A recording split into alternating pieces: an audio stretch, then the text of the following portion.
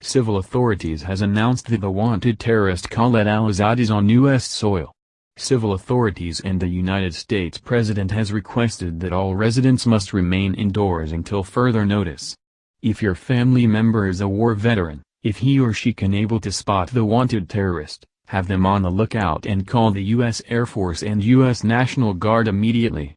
If anyone is caught outside, you'll be arrested and sentenced to 15 years in prison with 2 felony charges of second-degree misdemeanor and subordination. Stay tuned for more information.